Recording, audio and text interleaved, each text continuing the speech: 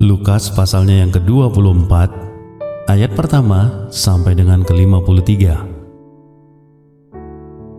Tetapi pagi-pagi benar pada hari pertama minggu itu, mereka pergi ke kubur membawa rempah-rempah yang telah disediakan mereka.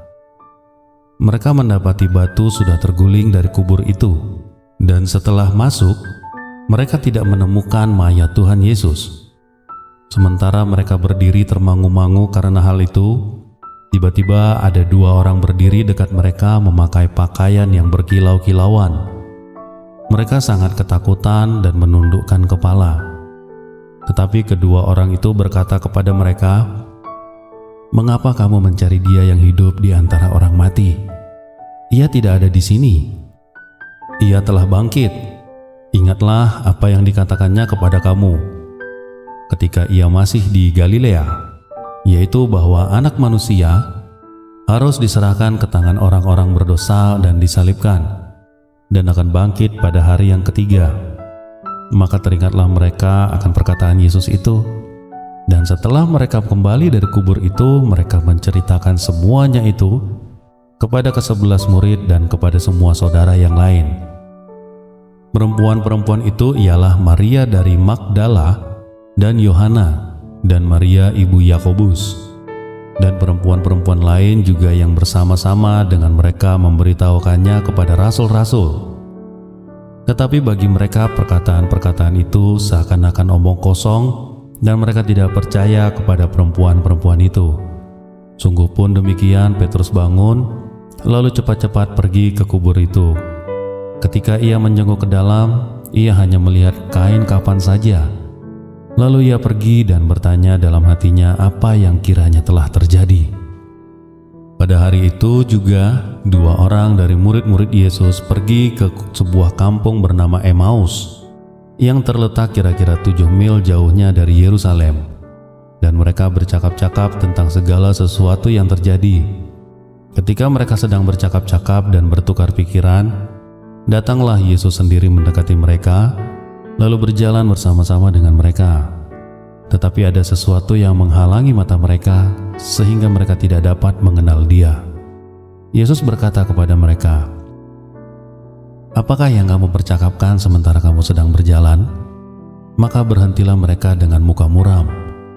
Seorang dari mereka namanya Kleopas menjawabnya, "Adakah engkau satu-satunya orang asing di Yerusalem yang tidak tahu apa yang terjadi di situ pada hari-hari belakangan ini?" Katanya kepada mereka, "Apakah itu?" Jawab mereka, "Apa yang terjadi dengan Yesus orang Nazaret?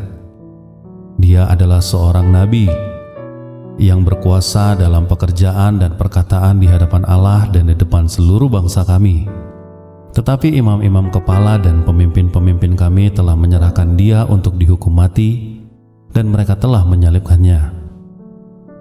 Padahal kami dahulu mengharapkan bahwa Dialah yang datang untuk membebaskan bangsa Israel. Tetapi sementara itu telah lewat 3 hari sejak semuanya terjadi. Tetapi beberapa perempuan dari kalangan kami telah mengejutkan kami. Pagi-pagi buta mereka telah pergi ke kubur dan tidak menemukan mayatnya. Lalu mereka datang dengan berita bahwa telah kelihatan kepada mereka malaikat-malaikat yang mengatakan bahwa Ia hidup. Dan beberapa teman kami telah pergi ke kubur itu dan mendapati bahwa memang benar yang dikatakan perempuan-perempuan itu, tetapi Dia tidak melihat mereka. Lalu Ia berkata kepada mereka, "Hai kamu orang bodoh, betapa lambannya hatimu sehingga kamu tidak percaya segala sesuatu yang telah dikatakan para nabi. Bukankah Mesias harus menderita? Semuanya itu untuk masuk ke dalam kemuliaannya." Lalu Ia menjelaskan kepada mereka bahwa apa yang tertulis tentang Dia dalam seluruh kitab suci, mulai dari kitab-kitab Musa dan segala kitab nabi-nabi. Mereka mendekati kampung yang mereka tuju, lalu Ia berbuat seolah-olah hendak meneruskan perjalanannya. Tetapi mereka sangat mendesaknya, katanya, "Tinggallah bersama-sama dengan kami, sebab hari telah menjelang malam, dan matahari hampir terbenam." Lalu masuklah Ia untuk tinggal bersama-sama dengan mereka. Waktu Ia duduk makan dengan mereka, ia mengambil roti, mengucap berkat, lalu memecah-mecahkannya dan memberikannya kepada mereka. Ketika itu terbukalah mata mereka dan mereka pun mengenal dia. Tetapi ia lenyap dari tengah-tengah mereka. Kata mereka seorang kepada yang lain, "Bukankah hati kita ini berkobar-kobar ketika ia berbicara dengan kita di tengah jalan dan ketika ia menerangkan kitab suci kepada kita?" Lalu bangunlah mereka dan terus kembali ke Yerusalem. Di situ mereka mendapati ke-11 murid itu. Mereka sedang berkumpul bersama-sama dengan teman-teman mereka. Kata mereka itu, "Sesungguhnya Tuhan telah bangkit dan telah menampakkan diri kepada Simon."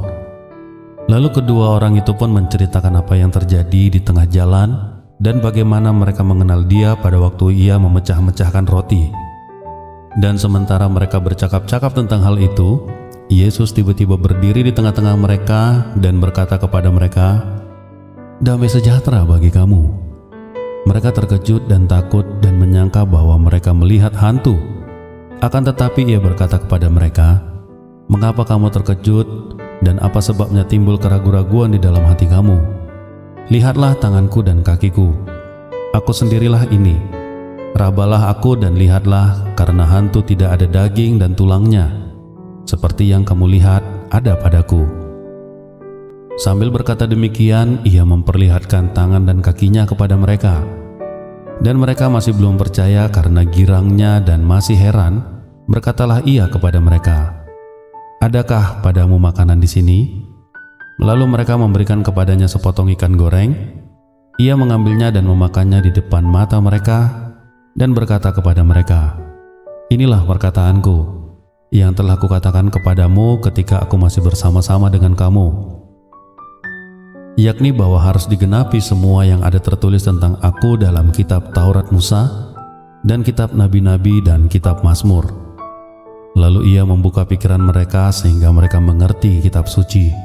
Katanya kepada mereka, "Ada tertulis demikian, Mesias harus menderita dan bangkit dari antara orang mati pada hari yang ketiga.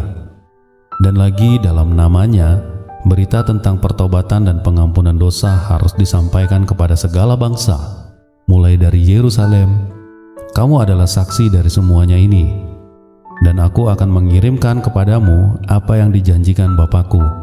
Tetapi kamu harus tinggal di dalam kota ini sampai kamu diperlengkapi dengan kekuasaan dari tempat tinggi." Lalu Yesus membawa mereka keluar kota sampai dekat Betania. Di situ ia mengangkat tangannya dan memberkati mereka. Dan ketika ia sedang memberkati mereka, ia terpisah dari mereka dan terangkat ke sorga. Mereka sujud menyembah kepadanya, lalu mereka pulang ke Yerusalem dengan sangat bersukacita. Mereka senantiasa berada di dalam bait Allah dan memuliakan Allah. Demikian firman Tuhan.